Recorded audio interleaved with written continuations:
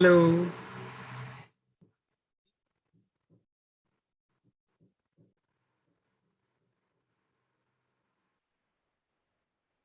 मेरी आवाज आ रही है आपको?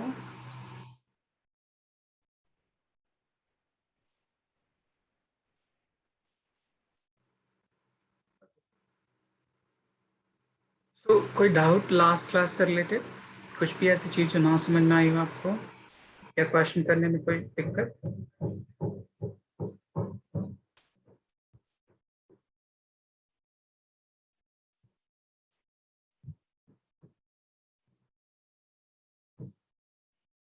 प्रॉब्लम सॉल्व किए थे आपने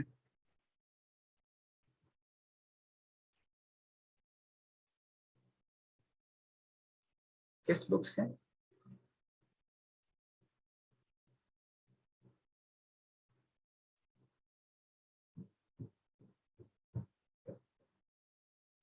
ओके, सारे हो गए थे।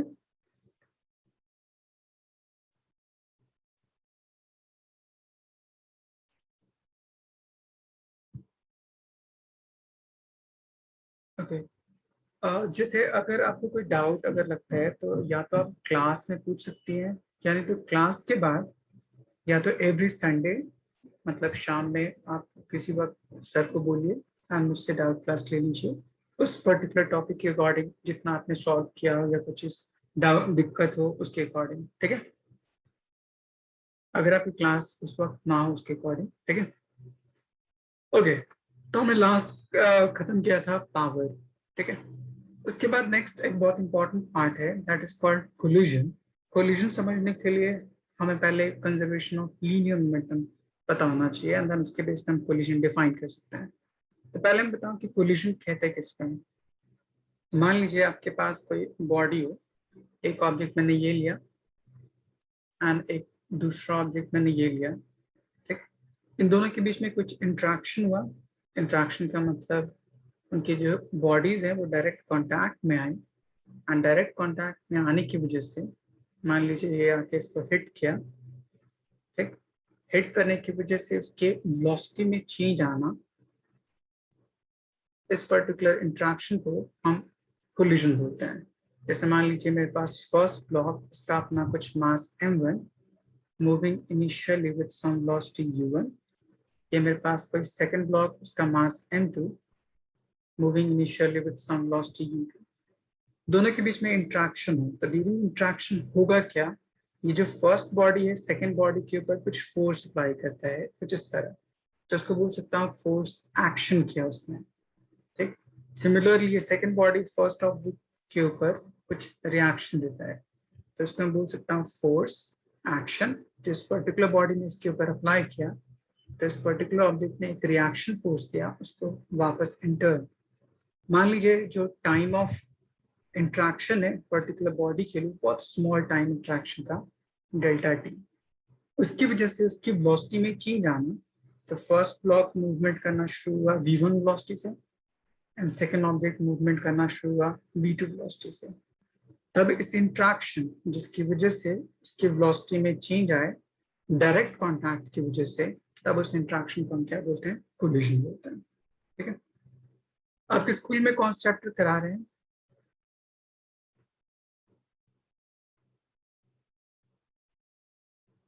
आपके स्कूल में कौन सा चैप्टर चल रहा है अभी फिजिक्स में?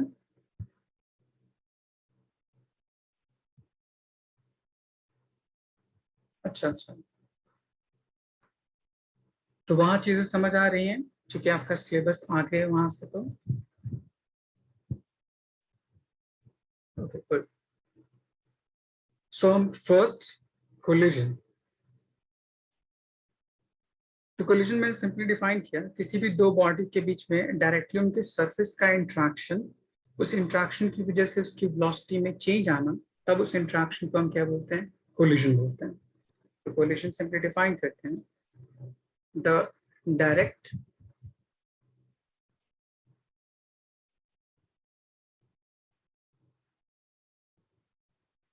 interaction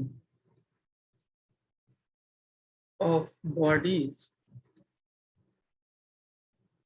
resulting in change of velocity is called collision. अब इस collision में सबसे पहले चीज हमें जानना है conservation of linear momentum and उसके बेस पे साइड से डिफाइन होती है, ठीक है। तो सबसे फर्स्ट लीनियर मोमेंटम ने लास्ट चैप्टर में पढ़ा था न्यूटन्स लॉज ऑफ मोशन में, कुछ याद है? लीनियर मोमेंटम सिंपली उस बॉडी के मास टाइम्स वेलोसिटी के प्रोडक्ट के इक्वल होता था, ठीक। फिर हमने वहां पे पढ़ा था चेंज इन लीनियर मोमेंटम के अलग अलग condition, collision with wall of the surface या किसी हाइट से मैं फॉल डाउन कर रहा हूँ, ये अलग अलग सिचुएशंस हमने पढ़े थे वहां पे, कुछ याद है?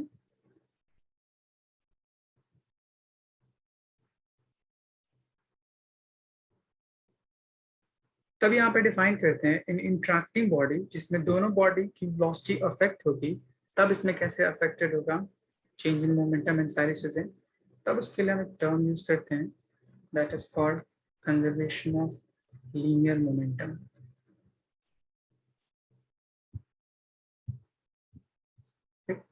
पहले कंजर्वेशन ऑफ लीनियर मोमेंटम कहता है क्या है? मान लीजिए इस पर्टिकुलर पूरे सराउंडिंग को या पूरे सिस्टम को जिसमें सिर्फ दो बॉडीज आपस में इंट्रैक्ट कर रही हैं, इसको मैं आइसोलेट कर दूं, मतलब किसी भी बाहर सराउंडिंग से कोई इन्फ्लुएंस इसके ऊपर ना हो, अगर मैं ऐसा डिफाइन करूं, तब कहते हैं कि सराउंडिंग से कोई इम्पैक्ट इस पर्टिकुलर सिस्टम पे नहीं होगा, मतलब कोई भी एक्सटर्नल फोर्स इस पर्टिकुलर सिस्टम पे अप्लाइड नहीं होगी, तब सम ऑफ ऑल लीनियर मोमेंटम, तो लीनियर मोमेंटम एक वेक्टर क्वांटिटी होती है, तो आप वेक्टर्स हम ले सकते हैं उन सारे डिफरेंट पार्टिकल का, यहाँ पे मैंने सिर्फ दो पार्टिकल लिया है, दो से ज्यादा पार्टिकल भी एग्जिस्ट कर सकते हैं, तो उन सारे पार्टिकल के लीनियर मोमेंटम का सम अगर मैं करूं तो वो हमेशा कैसा होता है? कांस्टेंट होता है before collision after collision, and उनके म्यूचुअल इंट्रैक्शन भी आपस में क्या होते हैं? कांस्टेंट होते हैं। कब? अगर ये पूरा सिस्टम आइसोलेटेड हो फ्रॉम एनी एक्सटर्नल इम्पैक्ट उस पर्टिकुलर टाइम पे, ठीक। तब इसको हम डिफाइन करते हैं if system is isolated means there is no external impact in absence of external force, the vector sum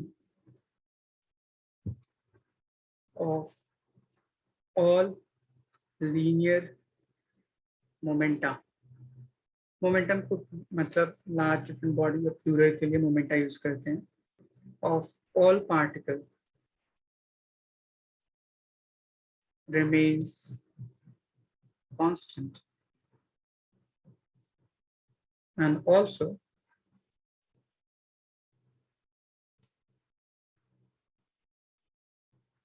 their mutual interaction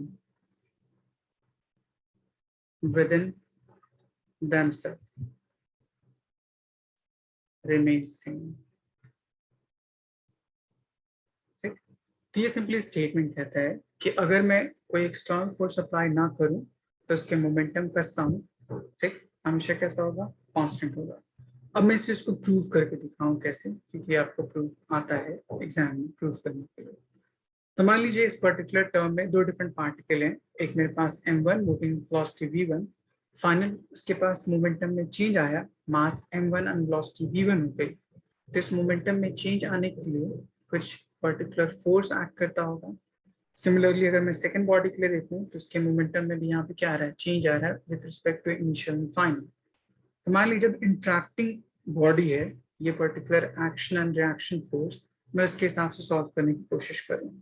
तो first, according to third law, force of action is equals to force of reaction in opposite sign, ऐसा हमने पढ़ा था using third law।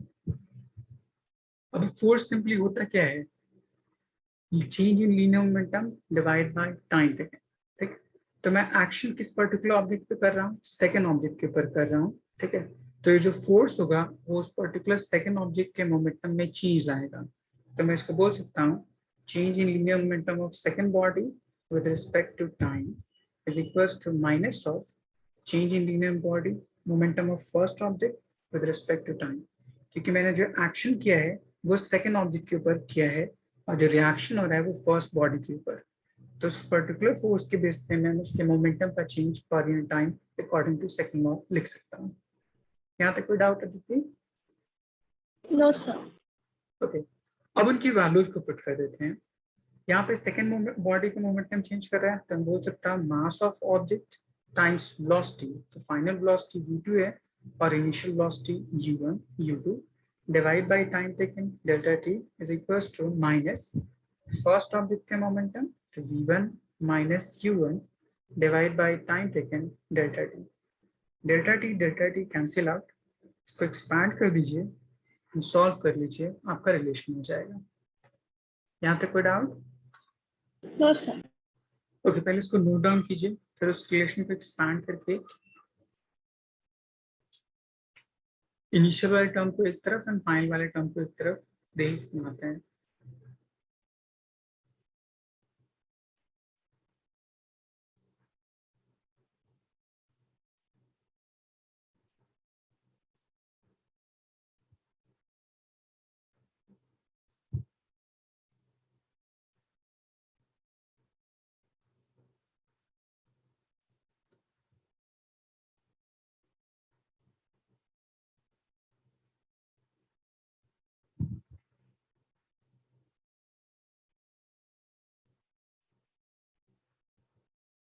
Sir m1u1 plus m2u2 equal to m1v1 plus m2v2। सही है, तो यहाँ तक आपने लिख लिया। Yes sir. ओके, तो आपका जो रिलेशन आया उस रिलेशन को देखिए, तो आपको दिखाई देता होगा m1u1 plus m2u2 is equals to m1v1 plus m2v2। तो इसको मैं बोल सकता हूँ sum of linear momentum before collision, इसको मैं बोल सकता हूँ sum of linear momentum after collision. इसलिए momentum before collision momentum after collision आपस में क्या हो गया, इक्वल हो गया, और इसी चीज को हम क्या बोलते हैं, कंजर्वेशन ऑफ लीनियर मोमेंटम। आई बात समझ? Yes sir. ओके, अब इसके बेस पे इसके कुछ एप्लीकेशन होते हैं एंड देन उसके बेस पे कुछ क्वेश्चन या प्रॉब्लम सॉल्व करने के लिए पूछा जाता है। मैं आपको कुछ एप्लीकेशन पढ़ाता हूँ। पहला, first application bullet and gun. ठीक, इसमें आपको दो डिफरेंट तरह से क्वेश्चन पूछा जा सकता है। पहला, जैसे आपने क्लास 9 में पढ़ा होगा कि मान लीजिए मेरे पास कोई ऑब्जेक्ट है, ये गन ले लीजिए, ठीक, इसके अंदर एक बुलेट, तो अभी गन एंड बुलेट दोनों अभी रेस्ट में है, तो मैं बोल सकता हूँ mass of gun, velocity of gun, mass of bullet, velocity of bullet before firing, दोनों आपस में क्या है, सम 0 0। बट जैसे ही मैं फायर करूंगा उस पर्टिकुलर बुलेट को, फायर किया, बुलेट आगे की तरफ मूव करेगी विद सम वेलोसिटी vd, तो ये गन क्या करेगा, उस पर्टिकुलर को बैलेंस करने के लिए एक्शन रिएक्शन के बेस पे रिवर्स जाता है, उस पर्टिकुलर वेलोसिटी को बोलते हैं रिकॉइलिंग वेलोसिटी। तो ये मेरे पास होता है रिकॉइलिंग वेलोसिटी। ठीक, तो अगर मैं इसके मोमेंटम का सम करूं तो हो जाएगा mass of gun, velocity of recoiling of gun in opposite direction, plus mass of bullet, velocity of bullet and positive x axis. तो यहाँ पे मैं बोलूँ कि पूरा सिस्टम आइसोलेटेड था, मतलब किसी थर्ड सिस्टम ने इसके ऊपर कोई फोर्स एक्ट नहीं किया, इसीलिए before firing and after firing momentum आपस में क्या होना चाहिए, इक्वल होना चाहिए। बोल सकता हूँ? यस। तो ये मेरे पास बिफोर फायरिंग है और ये मेरे पास आफ्टर फायरिंग, दोनों को आपस में इक्वेट कर दीजिए एंड यहाँ से अननोन पार्ट जो भी टर्म गिवन होगा, आइदर मेरे पास वेलोसिटी ऑफ रिकॉइलिंग या मेरे पास वेलोसिटी ऑफ बुलेट, या जो भी टर्म अननोन है उसकी वैल्यू फाइंड आउट कर सकता है। ओके, तो ये मेरे पास फर्स्ट पार्ट हुआ। सर इसमें वेलोसिटी इक्वल होती है क्योंकि मास चेंज हो जाता है बाद में। कहाँ मास यहाँ पे सेम कहाँ दे रखा है? आई मीन मास चेंज होता है तो वेलोसिटी सेम होती है इसमें। नहीं, मास चेंज कर रहा है तो वेलोसिटी भी चेंज होगी, दोनों का जो प्रोडक्ट होगा मोमेंटम वो कांस्टेंट होगा। ओके। तो देखिए इनिशियल मोमेंटम तो 0 है, तो फाइनल मोमेंटम अगर मैं इसको देखूं तो ये हो जाएगा मोमेंटम ऑफ गन एंड ये हो जाएगा मोमेंटम ऑफ बुलेट। अगर मैं इसको लेफ्ट साइड ले जाऊं तो पॉजिटिव हो जाएगा, तो बोल सकता हूँ momentum of gun should be equals to momentum of bullet. ये दोनों आपस में क्या होगा, इक्वल। बोलिए क्यों? क्योंकि इनिशियल मोमेंटम कितना है, 0 है इसलिए। यस। ओके, तो ये आपका फर्स्ट पार्ट था। नेक्स्ट पार्ट इसी में कहता है कि अगर मान लीजिए उस गन से एक बुलेट फायर नहीं किया गया, N number of bullets fire किया जाए तो कितना इम्पैक्ट हो सकता है। ठीक, तो मान लीजिए मेरे पास ये गन, ठीक, अभी सारी चीजें रेस्ट में, जैसे ही गन बुलेट फायर करना शुरू की, ठीक, बुलेट फायर करने के बेस पे एक बुलेट उसने फायर नहीं किया, बहुत सारे बुलेट्स उसने फायर किए, सपोज कर लीजिए एन नंबर ऑफ बुलेट्स, तो वहां पे डिफाइन करता है N number of bullets fired. तो एक बुलेट का मोमेंटम अगर m टाइम्स vb है तो n नंबर ऑफ बुलेट्स का मोमेंटम कितना हो जाएगा, n times of mv। Yes. ठीक, उसके बेस पे वो एक रिस्टोरिंग रिक्वायरिंग टर्म डिफाइन करेगा vr, तो उसका मोमेंटम रिवर्स या रिएक्शन फोर्स उसके बेस पे। अगर मान लीजिए आपको गिवन हो कि जो नंबर ऑफ बुलेट्स है फायर्ड पर यूनिट टाइम अगर उसके बेस पे डिफाइन हो, तो पर यूनिट टाइम के बेस पे मैं बोल सकता हूँ कि मोमेंटम ऑफ बुलेट जो चेंज कर रहा है, क्योंकि इनिशियल मोमेंटम ऑफ बुलेट कितना है, 0, एंड फाइनल मोमेंटम उसने इतना डिलीवर किया, तो चेंज इन मोमेंटम वहां पे हो रहा है पर यूनिट टाइम। तो जितना मोमेंटम में चेंज होगा पर यूनिट टाइम, वो फोर्स एक्सर्ट करेगा इस पर्टिकुलर रिक्वायरिंग टेंडेंसी के बेस पे उस पर्टिकुलर गन मैन के ऊपर। तो आपसे क्वेश्चन ये भी पूछ सकता है कि find force experienced by that particular gun man. आप क्या बोलिएगा, force is nothing but change in linear momentum bye time taken. अब यहाँ पे मोमेंटम या तो गन का मोमेंटम ले सकते हैं या तो बुलेट का मोमेंटम ले सकते हैं, दोनों में आपको किसी का मोमेंटम लीजिएगा, दोनों आपस में इक्वल होता है, जैसे हमने यहाँ पे लिखा था। ठीक है, यस सर। तो यहाँ से बोल सकता हूँ अगर मैं बुलेट के लिए डिफाइन करूँ, number of bullets fired with each momentum mass times velocity minus initial momentum कितना है, 0, divide by time taken t। तो आपको ये रिलेशन के बेस पे पुट करके सॉल्व कर सकते हैं। कभी कभी आपको दिया हो सकता है नंबर ऑफ बुलेट्स फायर्ड पर सेकेंड, मतलब n डिवाइडेड बाय t, इसको आप स्मॉल n गिवन हो सकता है, इसको मैं क्या बोल सकता हूँ, नंबर ऑफ बुलेट्स फायर्ड पर unit time, number of bullets fired पर यूनिट टाइम। ठीक, तब यही मेरे पास प्रॉब्लम कुछ ऐसा दिखेगा, n times of m into v। आया समझ? Yes sir.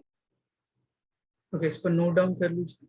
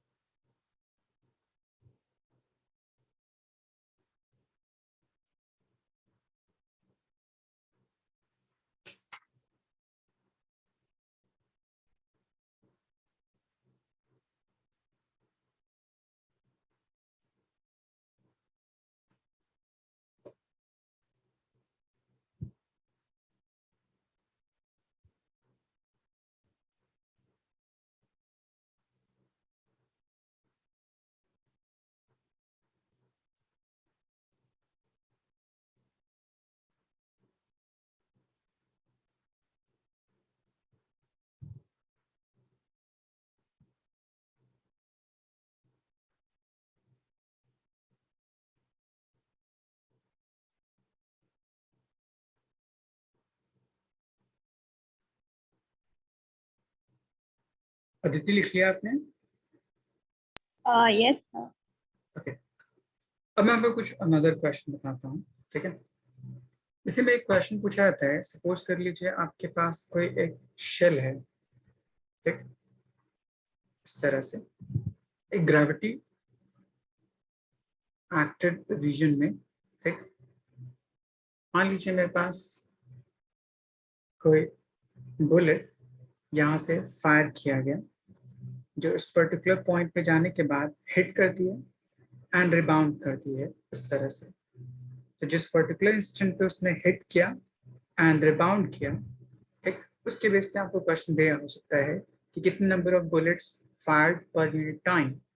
तो वो बुलेट के मोशन के चेंज करने की वजह से या उसके वेलोसिटी और मोमेंटम के इम्पैक्ट की वजह से ये जो शेल है वो एयर में सस्पेंडेड है। बताइए कितने नंबर ऑफ बुलेट्स पर यूनिट टाइम फायर होना चाहिए। ठीक, इसने क्वेश्चन क्या पूछा कि कोई मेरे पास एक शेल है, ठीक, या कोई भी प्लेट आप मान सकते हैं, ठीक है, उसको एयर में हॉरिजॉन्टली मैं स्टेशनरी रखने की कोशिश कर रहा हूँ by simply firing number of bullets in per unit time. आई बात समझ? Yes sir. तो मान लीजिए यहाँ से जहाँ से उसको फायर किया गया उसकी वेलोसिटी यहाँ पे कितनी होगी, u। जब उस पर्टिकुलर बुलेट ने उस पर्टिकुलर शेल को हिट किया तो उस पर्टिकुलर पॉइंट पे उसकी वेलोसिटी कितनी हो गई, v, क्योंकि यहाँ से यहाँ तक जाने में ग्रेविटी का इम्पैक्ट होगा एंड ग्रेविटी के इम्पैक्ट की वजह से उसकी वेलोसिटी में चेंज आएगा। तो इसने कुछ v वेलोसिटी से उस पर्टिकुलर शेल को हिट किया तो उसके पास मोमेंटम मास टाइम्स वेलोसिटी, तो एक बार हिट करेगा एंड देन एक बार रिबाउंड करेगा। हम ये अज्यूम कर रहे हैं कि यहाँ पे जो सरफेस है परफेक्टली रिफ्लेक्टिंग है, जिस पर्टिकुलर मोमेंटम से उसने हिट किया उसी मोमेंटम से उसने रिबाउंड किया होगा। तो एक बार जाते वक्त मोमेंटम मास टाइम्स वेलोसिटी और एक बार रिटर्न आते वक्त मास टाइम्स वेलोसिटी। तो यहाँ से मैं बोल सकता हूँ कि चेंज इन लीनियर मोमेंटम कितना होगा, 2 times of m into v, बोल सकते हैं। Yes sir. कितने नंबर ऑफ बुलेट को फायर किया गया, n number of bullets N per unit time, तो divide by t, divided by t।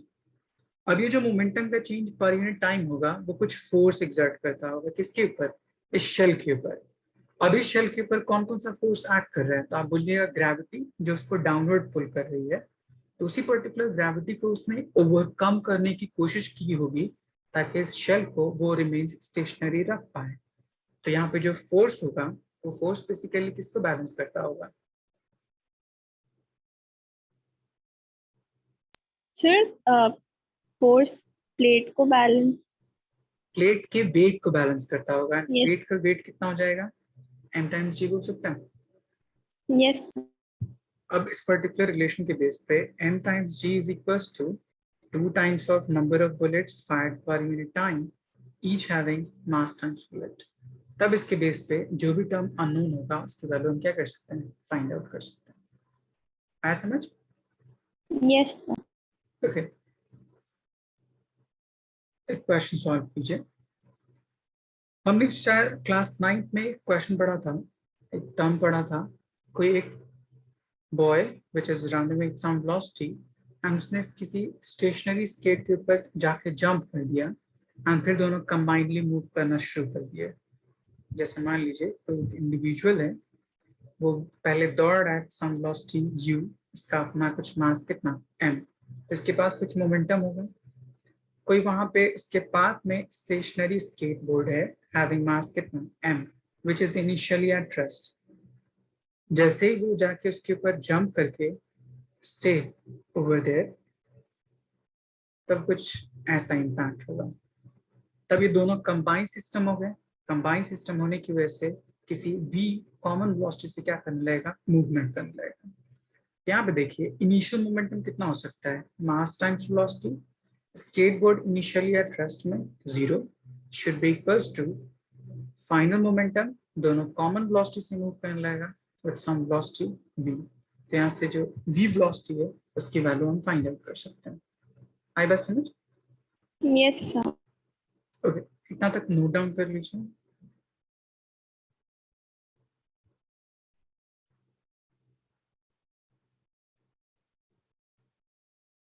Sir, you zero नहीं होगा?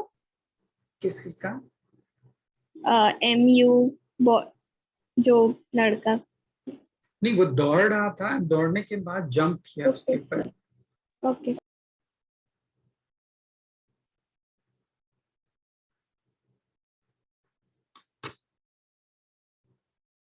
Yes sir. ओके, एक अनदर टाइप का प्रॉब्लम मैं आपको प्रॉब्लम देता हूँ। A hunter has a machine gun.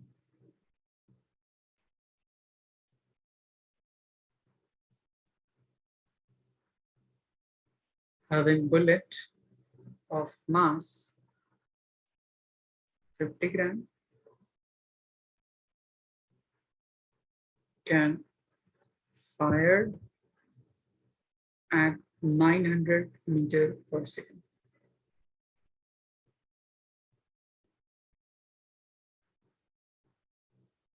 A 40 kg animal कोई भी sprang over 100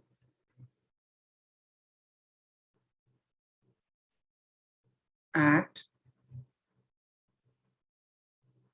10 meter per second. Find number of bullets he must fire per second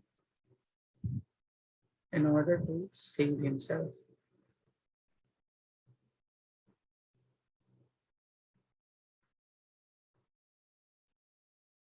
question का मतलब समझ में आया? Yes sir. कोई एक हंटर है जो हंटिंग पे गया है, सामने से कोई एक जानवर उसकी तरफ 40 केजी का जानवर है एंड उसकी तरफ 10 मीटर पर सेकंड से छलांग लगाया, ठीक? तो अपने आप को बचाने के लिए उसने कितने नंबर ऑफ बुलेट्स फायर किए होंगे पर सेकंड ताकि अपने आप को क्या कर पाए, सेव कर पाए? तो सिंपल क्या बोलेगा, ये मेरे पास गन, उसने उसने बुलेट फायर किया, एक बुलेट नहीं होगी, बहुत सारी बुलेट्स फायर किया होगा। सामने जो जानवर था, ठीक, उसने उसकी तरफ जंप किया with some momentum mass times velocity. तो इसका मोमेंटम एंड इसका मोमेंटम दोनों अगर आपस में इक्वल होगा तभी वो अपने आप को बचा पाएगा, अदरवाइज क्या हो सकता है, उस पर कुछ प्रॉब्लम हो सकती है, कहीं पे कट पड़ सकता है या जानवर उसको मार भी सकता है, ठीक? तो इनिशियली आप क्या मानिएगा, दोनों इंडिविजुअल, ये जो बुलेट था एंड जो जानवर था, वो दोनों रेस्ट पे होंगे। तो इनिशियल मोमेंटम कितना होगा, 0 0। जैसे ही उस जानवर ने उसकी तरफ जंप किया होगा, तो मैं बोल सकता हूँ -(mv), तब उसने बुलेट फायर किया होगा, ठीक? तो n number of bullets each having mass with some velocity v। आई बात समझ? Yes sir. तब इसके बेस पे नंबर ऑफ बुलेट्स कैलकुलेट कर सकते हैं। सॉल्व कीजिए तो कितना आंसर आता है आपका?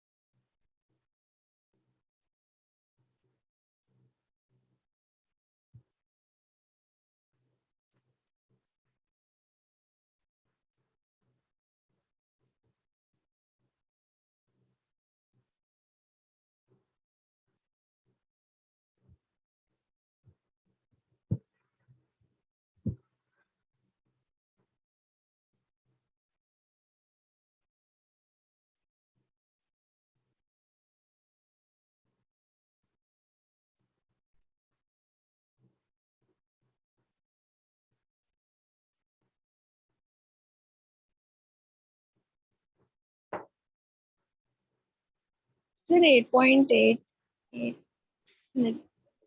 8.8 which is in round figure 9 के इक्वल हो जाएगा, ठीक है? क्योंकि 8.8 का मतलब 9th बुलेट फायर्ड होगा तभी तो अपने आप को बचा पाएगा। टोटल मोमेंटम उससे ज्यादा होना चाहिए, उसके इक्वल होना चाहिए। Yes sir. Okay. एक नेक्स्ट पार्ट, सपोज कर लीजिए आपके पास कोई बुलेट है, ठीक।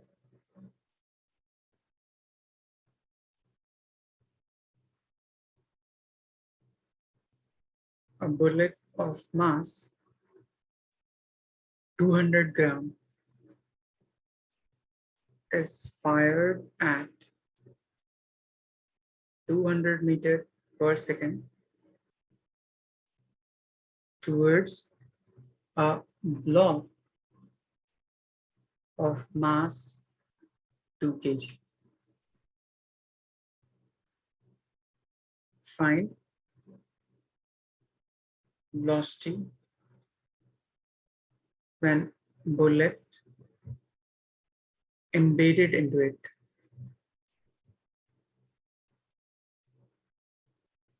ये आपका फर्स्ट पार्ट हो सकता है, जब बुलेट उसके अंदर इनसाइड रह जाता। दूसरा क्वेश्चन पूछ सकता है कि मान लीजिए बुलेट इमर्ज आउट करे from opposite side with some velocity. If bullet on penetrating emerges out at 100 meter per second, find velocity of block. ठीक। नेक्स्ट पूछ सकता है कि मान लीजिए ब्लॉक जो इमर्ज हुआ उस पर्टिकुलर, मतलब ब्लॉक जब इस पर्टिकुलर वेलोसिटी से मूव करने लगा, तो मान लीजिए वो किसी सरफेस पे मूव कर रहा है एंड सरफेस फ्रिक्शनल सरफेस है, ठीक। तो फ्रिक्शनल सरफेस पे मूवमेंट करने के बेस पे वो फ्रिक्शन उसमें रिटार्डेशन कॉज करेगा एंड उस रिटार्डेशन की वजह से वो कुछ डिस्टेंस तक ट्रैवल करने के बाद स्टॉप कर जाएगी। तब उसके बेस पे पूछता है कि coefficient of friction of that particular surface कितना होगा। तो कहता है now block moves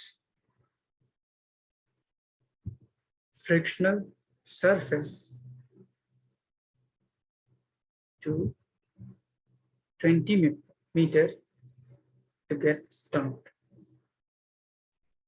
Find mu of that particular surface. तो एक ही क्वेश्चन मैंने आपको 3 डिफरेंट कंसेप्ट बेस्ड क्वेश्चन दिया। क्वेश्चन समझ आया आपको? Yes sir. कोशिश कीजिए पार्ट वाइज, देखिए सॉल्व करके कितना कितना आंसर आ रहा है।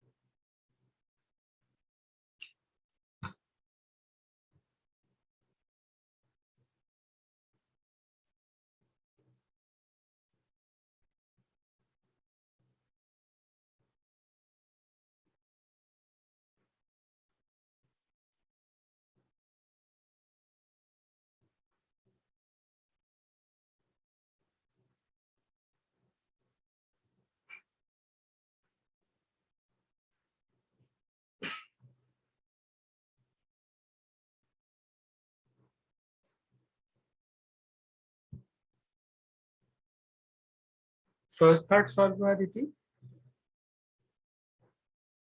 जो 1 मिनट।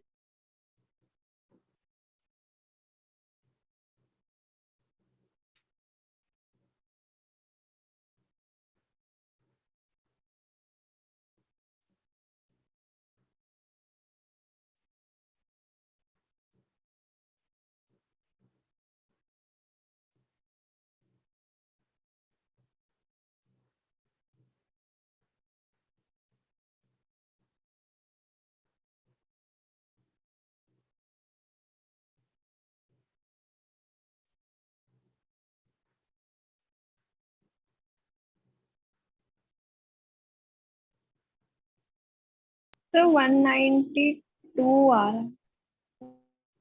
देखिए कैसे होगा। जैसे मान लीजिए मेरे पास ये कुछ सरफेस है एंड इस पे कोई ब्लॉक है, ठीक, यहाँ पे जैसे बुलेट एम्बेडेड हो गया तो ब्लॉक एंड बुलेट दोनों कंबाइन मूव करना शुरू करेगा। ठीक, मान लीजिए बुलेट इस पॉइंट पे, उसको फायर किया गया एट 200 मीटर पर सेकेंड।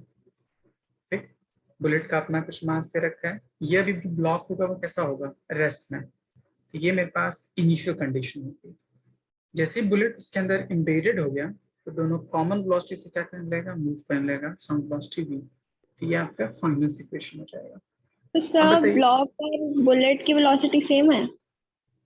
दोनों तो आपस में कंबाइंड हो जाएगा ना। उसने कहा एम्बेडेड, एम्बेडेड का मतलब दोनों कॉमन वेलोसिटी से मूव करने लगेगा। 20 मीटर पर सेकेंड? नहीं, फाइनल कंडीशन है। हाँ, वो कितना होगा मैं आगे डिफाइन करता हूँ। तो देखिए अभी बताइए इनिशियल मोमेंटम दोनों में कितना हो सकता है, mass of bullet and velocity initial of bullet बोल सकते हैं। Yes sir. ब्लॉक कितनी वेलोसिटी से मूव कर रहा है इनिशियली, इनिशियली तो block 0। Zero should be equals to, जब दोनों कंबाइंड सिस्टम हो गया तो दोनों का मास कंबाइंड एंड वो कॉमन वेलोसिटी से क्या करने लगेगा, मूव करने लगेगा, हो सकता है। Yes sir. ओके, तो यहाँ से मुझे डी की वैल्यू निकाल लीजिए। ये आपका फर्स्ट पार्ट था। Yes sir.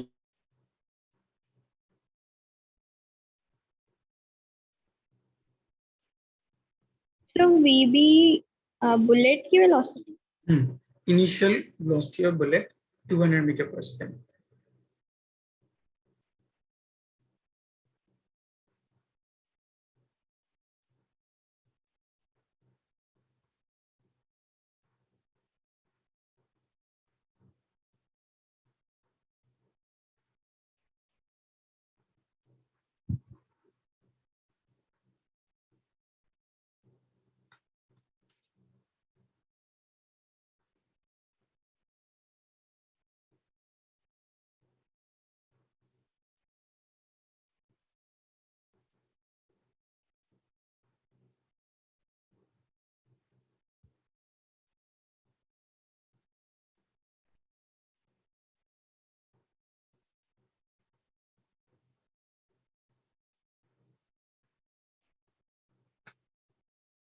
सॉल्व हुआ देखिए, तो ये तो 9.09 समथिंग आ रहा है। 9 पॉइंट। Yes sir. देखिए बुलेट का मास कितना दे रखा है, 200 ग्राम। तो 200 ग्राम को केजी में कन्वर्ट कीजिए तो 0.2। वेलोसिटी कितनी दे रखी है, 200 मीटर पर second, is equals to mass of block कितना है 2 kg and mass of bullet कितना है 0.2 इंटू वी, ऐसा कुछ होगा। हाँ शायद इतना ही यस आएगा। सर। तो v इज इक्वल्स टू ये हो जाएगा 40 डिवाइड बाई 2.2।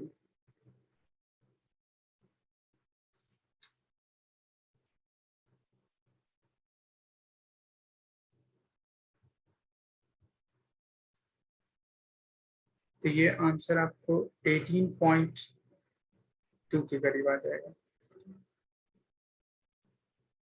कितना आया, यस सर। ओके। तो ये आपका फर्स्ट पार्ट था। सेकेंड पार्ट सॉल्व कीजिए। अगर बुलेट इमर्ज आउट कर जाए तब क्या कंडीशन हो सकती है।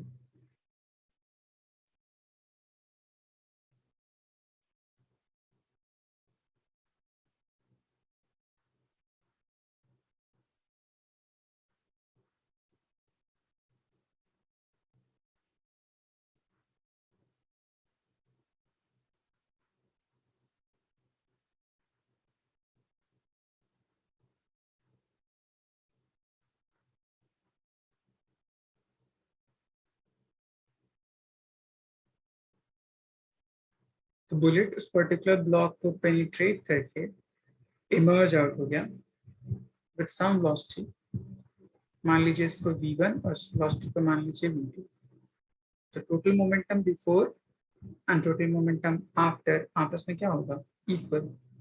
तो बिफोर के लिए लीजिएगा mass of bullet, velocity of bullet, block के लिए कितना 0, after mass of block, v2 velocity से and mass of bullet v1 velocity से, दोनों को आपस में इक्वल कर दीजिए एंड वहां से v2 की वैल्यू फाइंड कर लीजिए। आया समझ में? यस। Okay.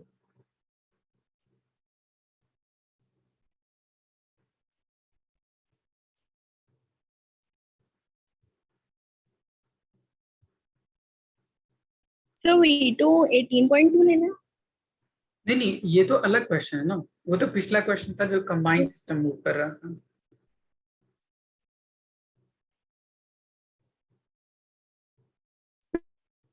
आपको तो बुलेट V2 किस, बुलेट की है कि V1 बुलेट v1 बुलेट की है, ये ओके।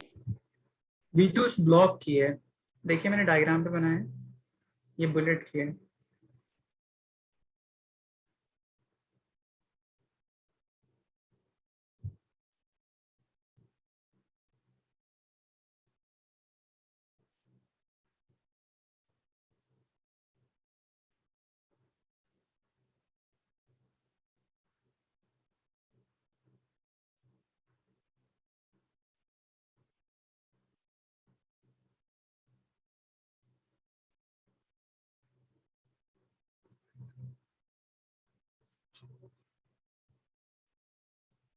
तो V2 80।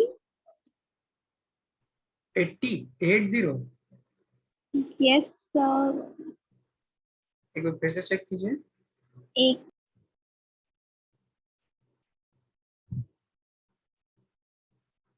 मास ऑफ बुलेट आपने पुट किया 0.2, velocity of bullet initially is 200, mass of block is 2 kg, velocity v2, mass of bullet is 0.2 and yes. velocity is 100।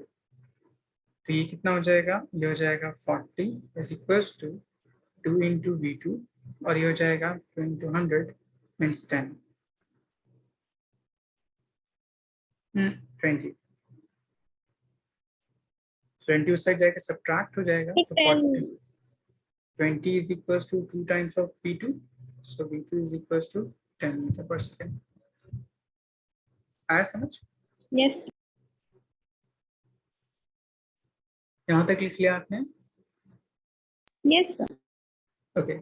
अब थर्ड पार्ट क्या कहता है कि इस पर्टिकुलर वेलोसिटी से वो इस सरफेस पे मूवमेंट करे तो वो सरफेस वहां पे कैसा है, रफ सरफेस है। मान लीजिए रफ सरफेस है, इस रफ सरफेस पे वो कितने डिस्टेंस तक मूव किया, 20 मीटर तक टू गेट स्टॉप। तो आपके पास इनिशियल वेलोसिटी पता है, फाइनल वेलोसिटी जब स्टॉप कर जाएगी तो वो भी पता है। तो इस ब्लॉक के लीजिए, तो ब्लॉक के लिए इनिशियल वेलोसिटी कितना है, v2, फाइनल वेलोसिटी किसी इस पर्टिकुलर डिस्टेंस तक जाके ब्लॉक कैसा हो जाएगा, रेस्ट में, तब उसकी वेलोसिटी कितनी हो जाएगी, 0। यहाँ पे जो रिटार्डिंग मोशन कॉज कर रहा है वो कौन कॉज कर रहा है, फ्रिक्शन। तो फ्रिक्शन ऑपोजिट डायरेक्शन, फ्रिक्शन होता है किसके इक्वल है, फिर ऑपोजिट डायरेक्शन होता है ऑब्जेक्ट के। फ्रिक्शन का फॉर्मूला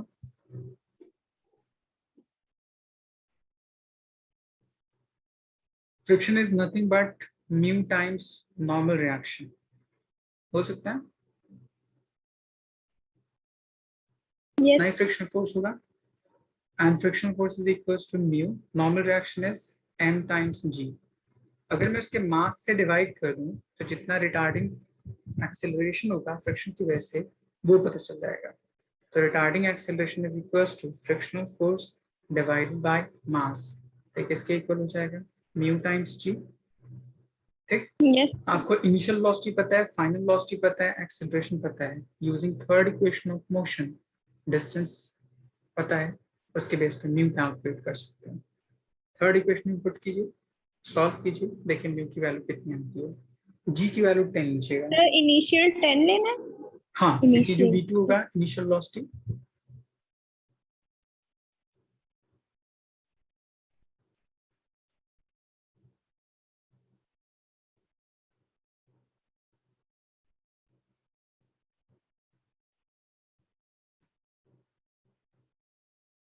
सर ए निकालना है ना, ए 10 ले ए लेंगे। ए की वैल्यू तो यहाँ पे है ना, a is equals to mu times g। Okay.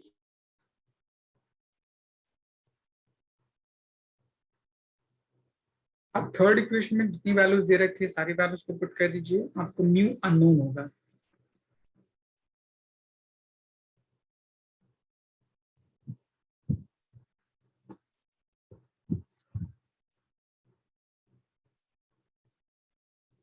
So a minus 2.5 meter per second square.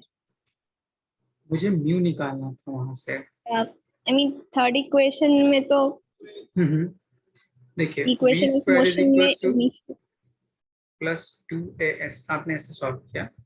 v की वैल्यू कितनी हो गई 0, 0 u की वैल्यू कितनी कितनी हो गई 10, 100 2 टाइम्स ऑफ a की जगह पे आप पुट कर दीजिए mu times of g, and displacement कितना मेरे पास 20। तो यहाँ पे जो रिटार्डिंग फोर्स होगा उसका डायरेक्शन ऑपोजिट, यहाँ पे साइन आप नेगेटिव ले लीजिए।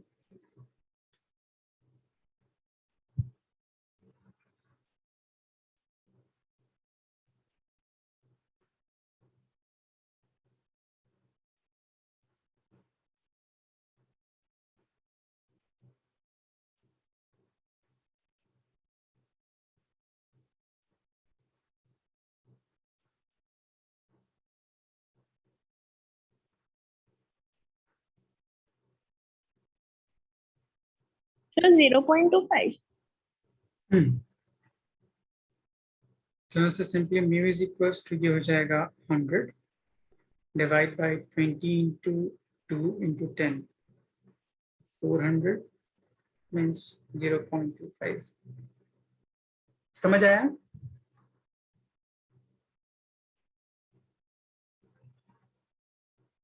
Yes sir. ओके तो इसी तरह से आपको लीनियर मोमेंटम के अलग अलग प्रॉब्लम बोल सकते हैं। तो बस चेक कीजिए फर्स्ट पार्ट के उस पर्टिकुलर इंट्रैक्शन में कोई थर्ड सिस्टम या फ्रॉम आउटर सराउंडिंग से कोई इम्पैक्ट हो रहा है या नहीं हो रहा है, उसकी वजह उसके बेस पे मैं conservation of linear momentum apply कर सकता हूँ। जहां कहीं भी वेलोसिटी डिस्प्लेसमेंट ये सारी चीज पूछे तो उसके बेस पे अप्लाई करके सॉल्व कर लीजिएगा। कंजर्वेशन ऑफ एनर्जी अप्लाई नहीं करते क्योंकि मे बी उस पर्टिकुलर इंट्रैक्शन में कुछ लॉस ऑफ एनर्जी होती होगी। ठीक है? Yes okay sir. अब इसके बाद हमें मेनली जानना है कोलिजन। ठीक, कोलिजन मैंने सिंपली डिफाइन किया interaction between two different bodies. तो कोलिजन कितनी तरह से हो सकता है? ठीक है, तो हमने यहाँ पे डिफाइन किया। फर्स्ट मेरे पास जो बॉडीज हैं वो कौन कौन से, तो एक बॉडी थी मेरे पास ये कोलाइड की किसी सेकंड बॉडी के साथ, आफ्टर कोलिजन उसकी वेलोसिटी में चेंज आया। ठीक, ये मेरे पास कोई सेकंड बॉडी, दोनों के बीच में इंट्रैक्शन एंड आफ्टर कोलिजन वो कुछ डिफरेंट वेलोसिटी से मूवमेंट करनी शुरू हो गई, कुछ इस तरह से। तो इसके लिए मेरे पास मास टाइम्स इनिशियल वेलोसिटी, इसके लिए मास टाइम्स इनिशियल वेलोसिटी, दोनों कोलाइड किया इंट्रैक्शन। इसके बाद आफ्टर कोलिजन ये हो जाएगा मास टाइम्स फाइनल वेलोसिटी, ये हो जाएगा मास टाइम्स फाइनल वेलोसिटी। तब ये कोलिजन के बेस पे हम डिफाइन करते हैं दो डिफरेंट टर्म। पहले एक टर्म डिफाइन करते हैं यहाँ पे, ये पर्टिकुलर ऑब्जेक्ट है वो इस पर्टिकुलर ऑब्जेक्ट को अप्रोच करने की कोशिश करेगा। तो अप्रोच करने के बेस पे इसकी वेलोसिटी इससे क्या होनी चाहिए, ज्यादा होनी चाहिए, तभी वो जाके उसको कोलाइड करने की कोशिश करेगा। अदरवाइज दोनों के बीच में कभी भी कोलिजन नहीं हो सकती। बोल सकते हैं सर? Yes sir. अब यहाँ पे हम एक टर्म डिफाइन करते हैं, उसको बोलते हैं हम लोग रिलेटिव वेलोसिटी ऑफ अप्रोच। ठीक, तो यहाँ पे देखिए दोनों डिफरेंट बॉडीज इंडिपेंडेंट है and moving along same direction, इसलिए जब इसकी रिलेटिव वेलोसिटी कैलकुलेट कीजिएगा first with respect to second, तो ये हो जाएगा u1 माइनस u2, क्योंकि दोनों वेलोसिटीज हैं विद रिस्पेक्ट टू ग्राउंड है उसके लिए। ठीक है, सिमिलरली अगर मैं यहाँ से डिफाइन करूँ आफ्टर कोलिजन, तब ये कितना होगा। तो जैसे कोलाइड किया था दोनों सरफेस आपस में कॉन्टैक्ट में था, तो कॉन्टैक्ट से सेपरेट होने के लिए उनके बीच का सेपरेशन बढ़ने के लिए ये वेलोसिटी इस वेलोसिटी से क्या होनी चाहिए, ज्यादा होनी चाहिए। बोल सकता हूँ? Yes sir. तब वहां पे डिफाइन करते हैं term which is called relative velocity of separation. ठीक, तो सेपरेशन में ये कंपोनेंट इस कंपोनेंट से ज्यादा बड़ा होना चाहिए, इसलिए v2 माइनस v1 एक टर्म डिफाइन करते हैं सर। अब देखिए इन दोनों वेलोसिटीज के बेस पे एक क्वांटिटी होती है, उसको बोलते हैं हम लोग कोएफिशिएंट ऑफ रेस्टिट्यूशन। इसको डिनोट करते हैं स्मॉल ई से। ये बताता है क्या है? तो सिंपली अगर मैं फॉर्मूला बोलूं तो फॉर्मूला कहता है कि किसी भी कोलिजन में relative velocity of separation and relative velocity of approach इसके रेशियो के इक्वल होता है। ठीक, नेक्स्ट इसका फिजिकल सिग्निफिकेंस क्या होता है? तो आप बोलिएगा किसी भी कोलिजन में कितना amount percentage amount energy retain करता है वो पर्टिकुलर सिस्टम, ठीक, उसको डिफाइन करता है।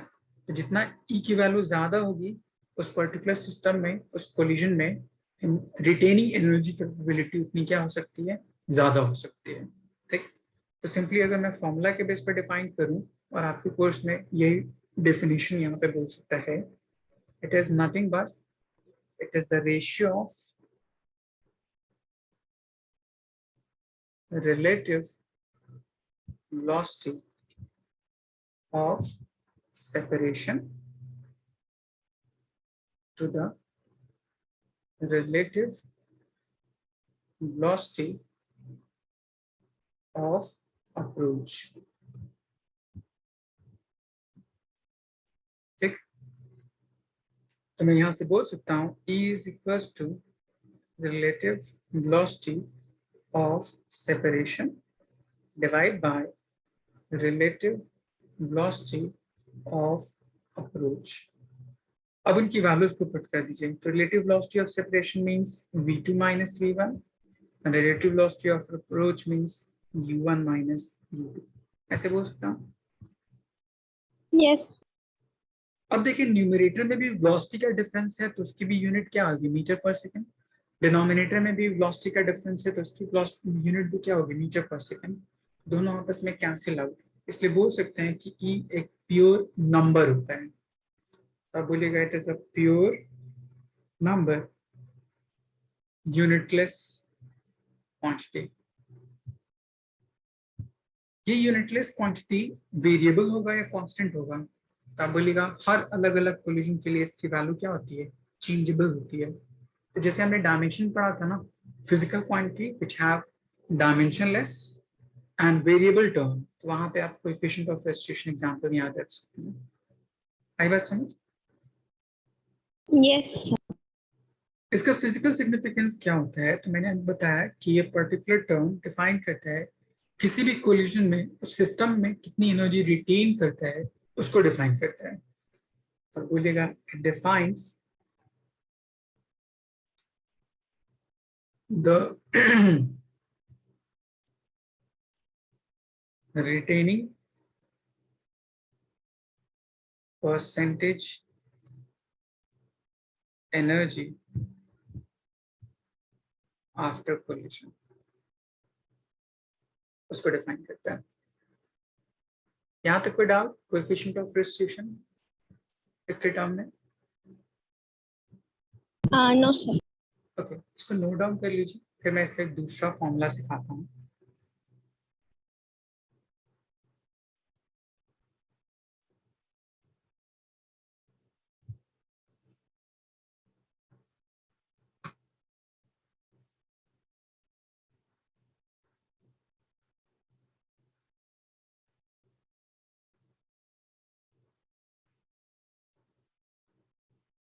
Yes.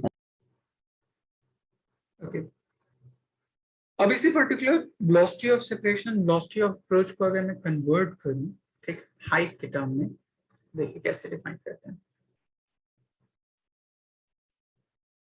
In terms of height, मान लीजिए आपके पास कोई सरफेस है इस तरह, ठीक, वहां पे कोई एक ऑब्जेक्ट फॉल किए इस तरह and rebound some different height तक, यहाँ तक। तो ये मेरे पास हाइट ऑफ फॉलिंग यहाँ से यहाँ तक, तो उसको बोल सकता हूँ हाइट ऑफ अप्रोच या हाइट ऑफ फॉलिंग, ठीक, downward direction. Then after collision या after interaction with the surface, rebound किया किसी इस पर्टिकुलर हाइट तक, तो हाइट ऑफ रिबाउंडिंग बोल सकते हैं। तो यहाँ पे जो इंट्रैक्शन है वो किसके किसके बीच में है, इस पर्टिकुलर बॉल और इस सरफेस के बीच में। अब उस बॉल के लिए ले लीजिए वेलोसिटी, तो यहाँ पे initial velocity at highest point कितना होता है जब मैं ड्रॉप करूंगा इस 0. ऑब्जेक्ट पे, 0। किसी v1 वेलोसिटी से वो उस पर्टिकुलर सरफेस को हिट करती होगी v1। ये जो सरफेस है नीचे इंट्रैक्टिंग सरफेस, वो तो रेस्ट में होगी, ठीक है। तो फर्स्ट Yes. हम यहाँ से डिफाइन करते हैं डाउनवर्ड मोशन के लिए, v1 square is equals to u1 square plus of 2gh falling, ठीक। अब यहाँ पे u की वैल्यू 0 है, तो यहाँ से v1 की वैल्यू आ जाएगी root under 2gh of fall. अब देखिए अगर मैं बोलूँ यहाँ पे velocity of approach, relative velocity of approach to that particular surface by ball, तो relative of velocity of approach is equals to होता है first body की velocity that is v1 and second velocity की velocity that is 0, क्योंकि second surface तो rest में, इसलिए तब इनकी वैल्यूज पुट कर दीजिए तो ये टर्म आ जाएगा simply 2g height of fall under root। अब देखिए रिबाउंडिंग पार्ट के लिए, मान लीजिए सरफेस से कोलाइड करके it will rebound with some velocity u2, highest point पे वेलोसिटी कितनी हो जाएगी उसकी, 0. तो मैं यहां से यहां तक जाने के लिए third equation of motion v2 square is equals to u2 square minus of 2g height of rebounding, ऐसे लिख सकता हूं। Yes, sir. तो यहाँ सॉल्व कीजिएगा तो u2 is equals to simple आ जाएगा root under 2g height of rebound, ठीक। अब देखिए आप यहाँ पे रिलेटिव वेलोसिटी ऑफ सेपरेशन, तो यहाँ पे देखिए ये सरफेस है और वो बॉडी है, वो दोनों एक दूसरे से सेपरेट करने की कोशिश कर रहे हैं, तो उसका फॉर्मूला था v2 माइनस v1। तो v2 सेकेंड बॉडी के लिए, ठीक, तो वो यहाँ पे किसके इक्वल है, u2 के इक्वल, और ये जो फर्स्ट सरफेस है वो सरफेस रेस्ट में है, तो उसकी वेलोसिटी कितनी होगी, 0। u2 की वैल्यू हमने यहाँ पे कैलकुलेट करी है, तो सिंपल हो जाएगा 2g height of rebounding under root. अब अगर मैं इन दोनों टर्म का रेशियो ले लूँ तो उस क्वांटिटी को क्या बोलते हैं, relative velocity of separation Sir, by relative, U2 V1 की इक्वल है. नहीं यहाँ पे u2 इस डायरेक्शन में, तो मैंने कहा था इसको एज इफ अज्यूम कीजिए कुछ इस तरह से कि ये जो v2 है सेकेंड बॉडी सेपरेट आउट हो रही है इस पर्टिकुलर फर्स्ट बॉडी के रिस्पेक्ट में, तो वहां पे फर्स्ट बॉडी मैंने किसको माना,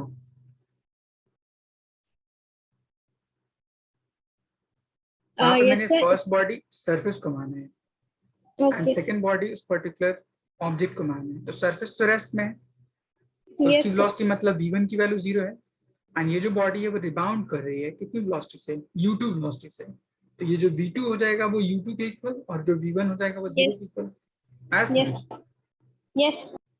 तो यहाँ पे अब इन दोनों टर्म के बेस पे E is equals to relative velocity of separation divided by relative velocity of approach।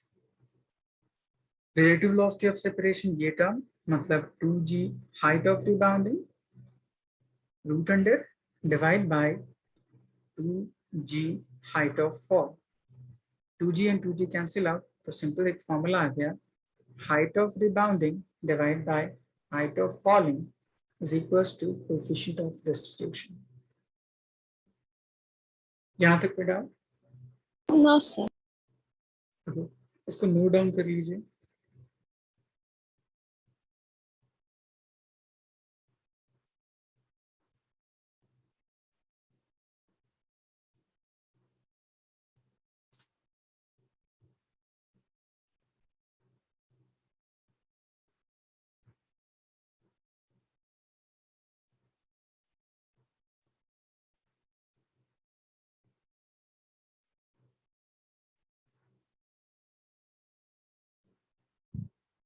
Yes, sir. अब लोग एग्जाम होने वाला होगा शायद, अभी स्कूल में? सर सितंबर की लास्ट या अक्टूबर में। अच्छा, कितना सिलेबस आएगा? अभी तक मैम ने कुछ क्लियर नहीं किया है, मिड टर्म ही है तो 6 चैप्टर 5 से क्लियर नहीं है। ओके, तो पीछे की चीज सारी चीज भूल गई या याद भी है? तो याद है। अच्छा, रिवाइज करने की जरूरत हो सकती है। Yes sir. Okay, next. अब देखिए ई के बेस पे जो कोएफिशिएंट ऑफ सब्स्टिट्यूशन है उसके बेस पे, ठीक है, कोलिजन 3 तरह का हो सकता है। तो हम डिफाइन करते हैं types of collision and their property. ठीक, देखिए कोलिजन 3 तरह का। पहला होता है मेरे पास इलास्टिक कोलिजन, दूसरा होता है मेरे पास इनइलास्टिक, एंड तीसरा होता है मेरे पास परफेक्टली इनइलास्टिक। इसके अलावा अगर कोई बोलता हो तो वो सारी चीजें बकवास होती हैं। ठीक है, इलास्टिक कोलिजन में ई कोएफिशिएंट ऑफ सब्स्टिट्यूशन 1 के इक्वल, मतलब अगर ई की वैल्यू 1 है इसका मतलब कि 100% एनर्जी रिटेन करता है, मतलब कोई भी लॉस ऑफ एनर्जी इस पर्टिकुलर कोलिजन में नहीं होती। आई बात समझ? Yes sir. यहाँ पे मेरे पास ई की value less than 1 greater than 0, मतलब कुछ amount of energy other dissipative form of energy में क्या करता होगा, कन्वर्ट करता होगा in the form of heat, sound, light and so on. उसी तरह होता है परफेक्टली इलास्टिक, जिसमें ई की वैल्यू कितनी हो जाती है, 0, मतलब जो बॉडी है जो इंट्रैक्ट कर रही है इस पर्टिकुलर पोल्यूशन में वो अपनी entire amount of energy transfer कर देती है और स्टिक टुगेदर हो जाते हैं इस पर्टिकुलर सिस्टम के साथ। जैसे अगर मैं क्ले लूं एंड क्ले को किसी वॉल के ऊपर हिट कर दूं तो कैसा दिखता है आपको? स्टिक कर जाएगा हाँ। उस पर्टिकुलर वॉल के ऊपर। यस। तो उसमें बोल सकता हूँ परफेक्टली इनइलास्टिक पोल्यूशन, जिसमें बॉडी स्टिक टुगेदर हो जाती है उस पर्टिकुलर सिस्टम के साथ। अब देखिए इसके बाकी अदर प्रॉपर्टीज क्या क्या होती हैं। तो आप बोलिएगा लीनियर मोमेंटम कंजर्व होता है। ठीक, यहाँ पे भी लीनियर मोमेंटम कंजर्व, यहाँ पे भी, हर कोलिजन में लीनियर मोमेंटम हमेशा कंजर्व होता है। ठीक, नेक्स्ट बात, काइनेटिक एनर्जी। यहाँ पे काइनेटिक एनर्जी कंजर्व होती है क्योंकि एनर्जी में लॉस नहीं हो रहा। यहाँ पे मेरे पास कुछ amount of kinetic energy loss होती है इन अदर फॉर्म, इसलिए kinetic energy initial kinetic energy final से ज्यादा बड़ी होती है और इसमें ऑब्जेक्ट स्टिक टुगेदर, मतलब फर्स्ट ऑब्जेक्ट ने अपनी इंटायर अमाउंट ऑफ एनर्जी उस सेकंड बॉडी को क्या कर दी होती है, ट्रांसफर कर देती होती है, मतलब उसकी kinetic energy initial totally loss हो जाती है। नेक्स्ट बोल सकता हूँ यहाँ पे जो कोलिजन हो रहा है उसके लिए जो फोर्स रिस्पॉन्सिबल होगा वो कंजर्वेटिव नेचर का होगा। यहाँ पे force in this particular collision should be conservative in nature and conservative force कोई loss of energy नहीं कराता, बट यहाँ पे जो forces होंगे वो नॉन कंजर्वेटिव फोर्सेस होंगे। तो यहाँ पे भी नॉन कंजर्वेटिव फोर्स, इसीलिए वो एनर्जी में डिसिपेशन करा रहा है, नॉन कंजर्वेटिव फोर्स। तो ये कुछ बेसिक प्रॉपर्टी है इन टर्म्स कोलिजन की। यहाँ तक कोई डाउट? सर इसमें सुपर इलास्टिक कोलिजन भी कुछ होता है क्या? सुपर इलास्टिक कोलिजन उसको बोलते हैं जिसमें वो अनइवन सीक्वेंस बोल सकते हैं। ठीक है, जिसमें आपको बोलेगा, जैसे आपने एक बॉल देखा होगा जंपिंग बॉल, जिसमें थोड़ा सा अगर इम्पैक्ट कीजिए तो बहुत लार्ज हाइट तक राइज करता है। ओके। ठीक है, देखा है वो आपने जंपिंग बॉल? यस। तो उसमें यहाँ पे बोल सकता हूँ कि जैसे मैंने किसी एच हाइट से ड्रॉप किए तो वो जो हाइट जो रिबाउंडिंग होती है उस हाइट से ज्यादा हो जाती है। ठीक है, तो height of yes. Rebounding height of falling से ज्यादा हो जाएगी, मतलब ई की वैल्यू ग्रेटर देन 1 हो जाएगी। ठीक है, तो वो एक्सेप्शन होती है, वो चीज छोड़ दीजिए। सर एक्सप्लोजन भी उसी का एग्जांपल होगा क्योंकि छोटा नहीं सा। नहीं नहीं, एक्सप्लोजन न्यूक्लियाई वो सब अलग चीज होती है, वो सब आगे आपको पढ़ना है टू डायमेंशन में। ओके। यहाँ तक पहले नोट डाउन यस कर सर। लीजिए। Yes sir. लिख लिया? Yes sir. ओके, अब हमें डिफाइन करना है first part, elastic collision and one dimensional term में। वन डायमेंशनल कोलिजन आपको पढ़ना है सिर्फ आपके स्कूल के इसके लिए, एंड इन जनरल में आपको जनरलाइज कोलिजन पढ़ाऊंगा जो हर जगह एप्लीकेबल होगा, इन सारे टर्म्स के लिए एप्लीकेबल होगा वो टर्म। तो पहले हम पढ़ लेते हैं इलास्टिक कोलिजन। तो first, elastic collision and one dimension.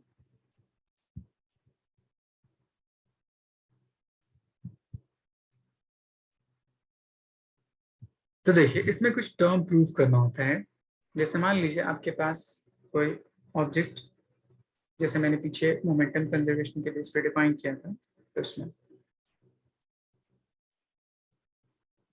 तो पहला पार्ट पूछा जाता है velocity of approach and velocity of separation, इसके बीच में आप रिलेशन डिराइव कीजिए। ठीक, तो देखिए कैसे डिराइव करते हैं। सिंस के linear momentum before collision and linear momentum after collision आपस में क्या होता है, इक्वल होता है। Yes sir. तो बिफोर कोलिजन हमारे पास रिलेशन था m1u1 plus m2u2 should be equals to m1v1 plus m2v2। ठीक, आप इसको इक्वेशन फर्स्ट ले लीजिए। इस इक्वेशन में सेम मासेस को एक तरफ ले जाइए, तो ये m1 है मूविंग विथ वेलोसिटी u1, उस साइड से m1 आया इस साइड, तो हो जाएगा m1 टाइम्स v1, इसका मास उधर भेज दीजिए, ये हो जाएगा मेरे पास m2u2 माइनस u2। ठीक, यहाँ तक पे डाउट? No sir. एक नेक्स्ट चीज होती है, काइनेटिक एनर्जी कंजर्व होती है। तो kinetic energy initial and kinetic energy final आपस में इक्वल, किसके लिए, इलास्टिक कोलिजन के लिए। ठीक है, तो काइनेटिक एनर्जी के बेस में मैं लिख सकता हूँ half M u1 square plus half M u2 square should be equals to half M v1 का square and half M v2 square. लिख सकता हूँ? Yes sir. Half half half cancel out, same mass को एक तरफ ले जाइए, so it will becomes m1 u1 square minus v1 square is equals to m2 v2 square minus u2 square. देख सकते हैं? Yes sir. यहाँ पे देखिए फॉर्मूला बन रहा है a square minus b square, कुछ याद है फॉर्मूला क्या कहता था? Yes sir. बताइए। सर ए प्लस बी और ए माइनस बी। बहुत अच्छे, तो ये टर्म हो जाएगा इतना, और ये हो जाएगा v2 plus u2 times v2 minus e। ये आप इक्वेशन थर्ड इक्वेशन में लीजिए। ठीक है, यहाँ तक को डाउट? No sir. अब क्या कीजिए, first second equation and third equation आपस में क्या कर दीजिए, डिवाइड कर दीजिए। Divide equation third by second. ठीक, एंड उसके बेस पे आप सेम टर्म की वेलोसिटी एक तरफ ले लीजिए, जैसे u और u है तो उसको एक तरफ ले लीजिए, v और v है उसको एक तरफ ले लीजिए, आपका ये पार्ट प्रूव हो जाएगा। Relative velocity of approach and relative velocity of separation देखिएगा इक्वल आता है। ठीक, तो ये आपको पहला क्वेश्चन सीधे से पूछता है कि इसको डेराइव कीजिए फॉर इलास्टिक कोलिजन कि रिलेटिव वेलोसिटी ऑफ अप्रोच और relative velocity of separation equal होता है। या इस चीज को दूसरी लैंग्वेज में ये भी बोल सकता है कि शो दैट कि मेरे पास कोएफिशिएंट ऑफ रेस्टिट्यूशन E1 की इक्वल होती है किस टर्म के लिए, इलास्टिक कोलिजन के लिए। तो बेसिकली ये कहना चाह रहा है, जैसे मैंने पीछे डेराइव किया था, E is nothing but relative velocity of separation by relative velocity of approach। तो अगर ये दोनों इक्वल हो जाएगा तो दोनों का रेशियो किसके इक्वल हो जाएगा, 1 के इक्वल आ सकता है। Yes sir. ओके, तो वही सेम टर्म यहाँ पे प्रूव करने के लिए बोल सकता है हमसे। तो पहले आप इतना नोट डाउन कीजिए। ठीक, थर्ड को सेकंड से डिवाइड कीजिए, देखिए रीअरेंज करने के बाद आंसर वो आता है या नहीं आता है।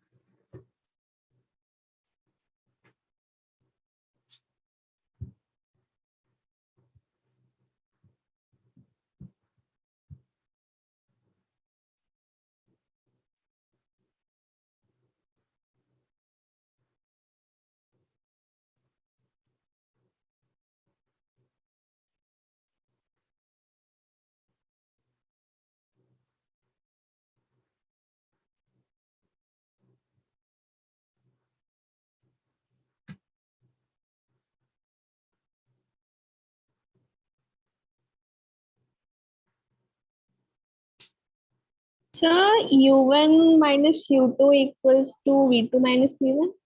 बहुत अच्छे। तो आपका जो रिलेशन आया वो आया U1 माइनस U2। इस क्वांटिटी को हम क्या बोल सकते हैं? Change in initial velocity. Relative velocity of approach. Yes, मतलब sir. U1 is approaching towards U2, तो इसको बोल सकता हूँ रिलेटिव वेलोसिटी ऑफ अप्रोच। और इसको मैं क्या बोल सकता हूँ? Relative. Relative velocity of separation. दोनों आपस में क्या आ गया? इक्वल आ गया। Yes, तो अगर मैं दोनों का रेशियो लूंगा तो 1 के इक्वल हो सकता है। yes, sir. मतलब इलास्टिक कोलिजन प्रूव कर सकता है यहाँ से। ठीक है, Yes, sir. तो ये आपका फर्स्ट पार्ट था, relative velocity of separation is equal to relative velocity of approach. अब उस रिलेशन से जो आपका आया है U1 minus U2 is equal to V2 minus V1, इसमें से कोई एक पार्ट आप निकाल लीजिए। ठीक, मतलब V1 कैलकुलेट कर लीजिए या V2 कैलकुलेट कर लीजिए। ठीक है, तब हम ये डिराइव करने की कोशिश कर रहे हैं final velocity of body after collision. Final velocity after collision कितनी हो सकती है वो कैलकुलेट करने की कोशिश कर रहे हैं। इसमें से मैं V2 की वैल्यू निकाल लूँ तो ये टर्म आ जाएगा U1 minus U2 plus V1। Put this value in first equation. Put this in equation first and वहां से find V1। देखिए आपका आंसर कितना होता है। V1.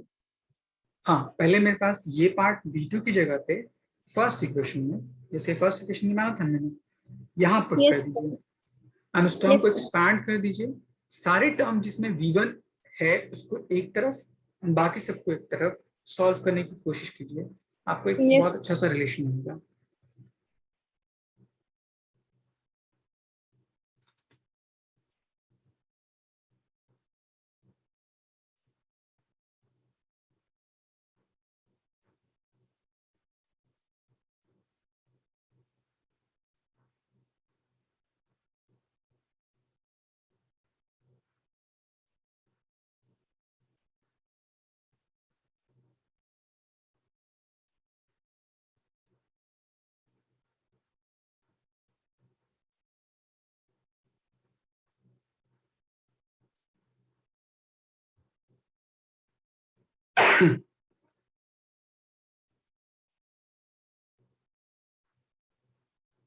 Sir, M1 minus M2 divided by M1 plus M2 into U1 plus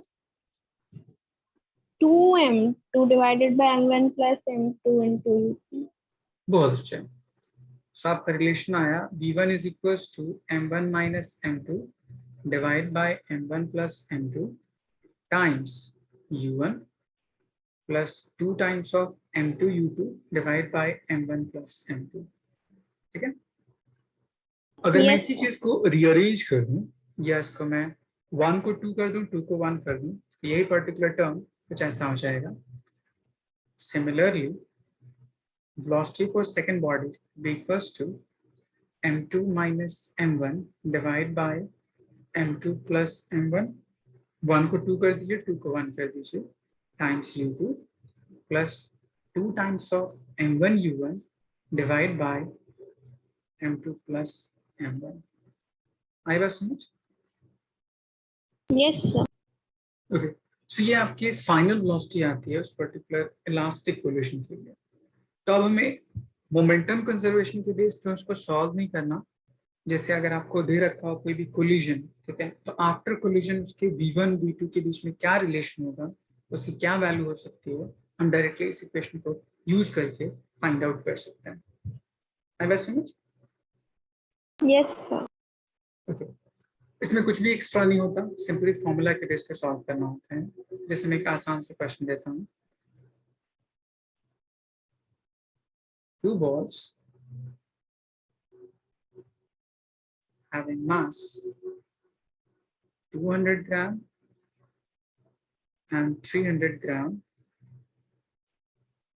are moving at 5 meter per second and 4 meter per second in opposite direction. Find velocity of each after elastic collision. Dependent.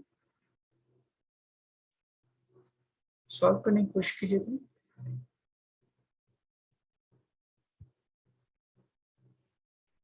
आपको U1 और U2 दे रखा है, किसी एक को positive मान लीजिए, किसी दूसरे को नेगेटिव मान लीजिए। M1 और M2 दे रखा है, उसको पुट करके इन अबव इक्वेशन आप V1 and V2 find out कर सकते हैं।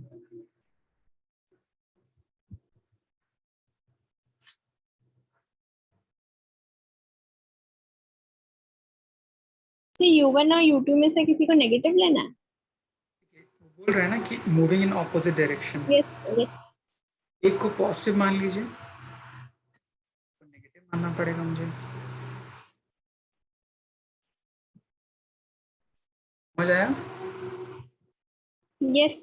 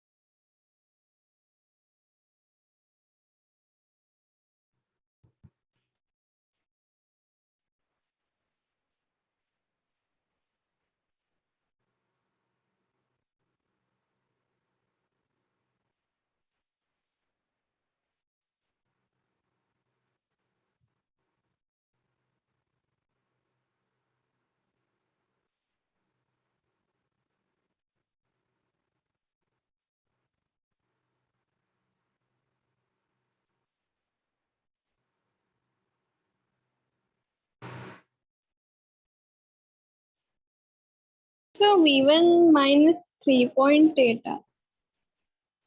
V1 is equals to M1 minus M2 means 0.2 minus 0.3 divided by 0.2 plus 0.3 into U1. U1 is 5 plus 2 times of M2 divided by M1 plus M2 into U2 means minus 4. तभी पूरी value हो जाएगी -0.1 divided by -0.5 means 1/5 into 5 plus ये हो जाएगा पूरा minus में, तो ये आ जाएगा 5 and ये 3 6 4 24 by 5, ये हो जाएगा, कट जाएगा 1 हो जाएगा, एंड इसको सॉल्व कीजिएगा 4.8 ऐसा ही कुछ आएगा ना, yes, तो ये आ जाएगा माइनस ऑफ data. 5.8, Yes, मतलब first object after collision negative direction में मूवमेंट करने जाएगा, ठीक। हम उसी तरह yes, सेकंड ऑब्जेक्ट की वेलोसिटी हम कैलकुलेट कर सकते हैं।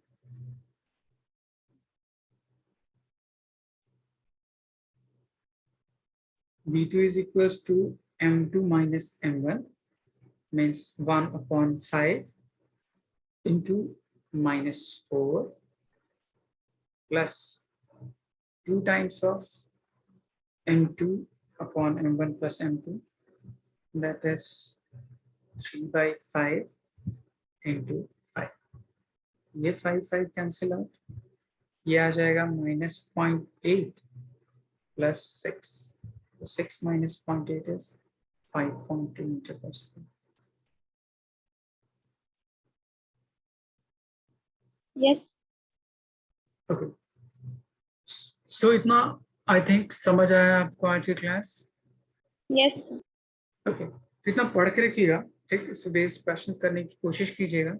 फिर नेक्स्ट क्लास में इस पर्टिकुलर जो 2 फॉर्मूले में डेराइव किए हैं, इसमें बहुत सारी अलग अलग कंडीशंस होती हैं, identical mass, different mass, heavier mass, moving in opposite direction and so on, ठीक है। तो वो सारी चीजें डिस्कस करेंगे, ठीक है। yes. Okay then. Thank you.